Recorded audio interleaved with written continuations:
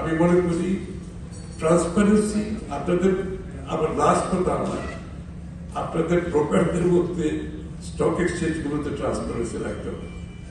আমার মনে আছে আমি যখন সিডিবিএল এর উদ্যোগ নেই, সেন্ট্রাল ডেপোজিটরি যখন ডিম্যাটেরিয়ালাইজেশন উদ্যোগটা আমি নেই, I had objections from senior brokers যে শেয়ার সার্টিফিকেট ছাড়া কেমনে ট্রেড হবে।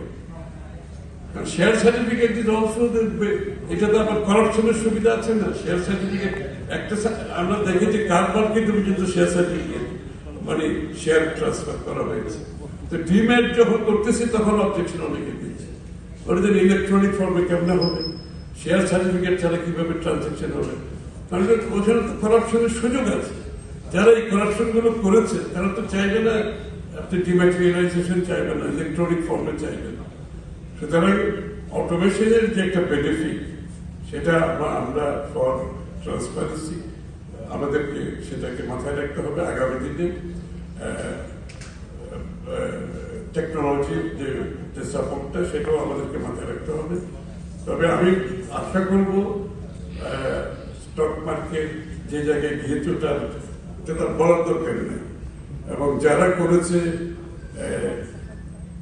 পানিশমেন্ট একটা যদি দিয়ে শুরু না করে, এটা কিন্তু কোনো লেসন হবে না। যারা শেয়ার বাজার লুটপাট করেছে, আপনি মোস্ট ডেফিনেটলি এই লোকগুলোকে আইডেন্টিফাই করে এদেরকে ডিউ প্রসেস অফ লতে নিয়ে যেতে হবে। এটা যদি আপনারা করতে না পারে, তাহলে এরাই কন্টিনিউ করবে ডাইরেক্টলি ইনডাইরেক্টলি। আফটার অল মানি স্পিক্স, আমাদের দেখতে পাচ্ছি। এদেরকে আপনারা আইনের আওতায় নেওয়ার জন্য আপনাদের brokers association, because your conscious should be clear. Brokers অ্যাসোসিয়েশনের সভাপতি কোথায়? আমি বলছি, আমি অনুরোধ করছি, please make sure stock market manipulation যারা করেছে at the cost of millions and millions of people, সাধারণ ইনভেস্টরদেরকে যারা লুটপাট করেছে, অনেকে সুইসাইড করেছে, আপনারা আমার থেকে ভালো জানেন, নিঃস্ব হয়ে গেছে।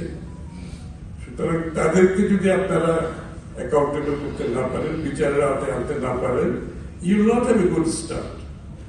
এবং এটা দিয়ে শুরু করেন, তারপরে সেলফ রেগুলেটেড প্রসেসটা নিয়ে আসেন, but make sure your transparent. Self regulated হওয়ার পরে যদি প্রশ্নবিদ্ধ হন, তাহলে কিন্তু এটি কিন্তু দুঃখজনক হবে। সো ওয়াচডগ বডির কাজ হচ্ছে তার ওয়াচডগ করা ওভারঅল। এবং SEC is a powerful body, তারা তো রুলস করতে পারে। আমি ওনার সাথে আলাপ করতেছিলাম ফরমার চেয়ারম্যানের সাথে। SEC is a statutory body, SEC ইন্টারফিয়ারেন্সের কোনো সুযোগ নেই। কিন্তু লাইক ইলেকশন কমিশন, এসইসিতে কোনো মিনিস্ট্রি, কোনো গভর্নমেন্টের ইন্টারফিয়ারেন্সের সুযোগ নেই। This is a statutory body, এবং এখানে যাদের অ্যাপয়েন্টমেন্ট হয় তাদেরকে সরাইতেও পারেন না, লাইক ইলেকশন কমিশন সরাইতে পারবেন না। এবং তারা ইন্ডিপেন্ডেন্টলি পারফর্ম করার কথা, কিন্তু বিগত দিনে যেটা হয়েছে সেটা তো এসইসি হিসেবে পারফর্ম করে। It was like a political party, একটা অংশ। যেখানে আপনার আরেকটা বড় প্রবলেম হচ্ছে আমাদের লাইনগুলো ড্র করা ছিল।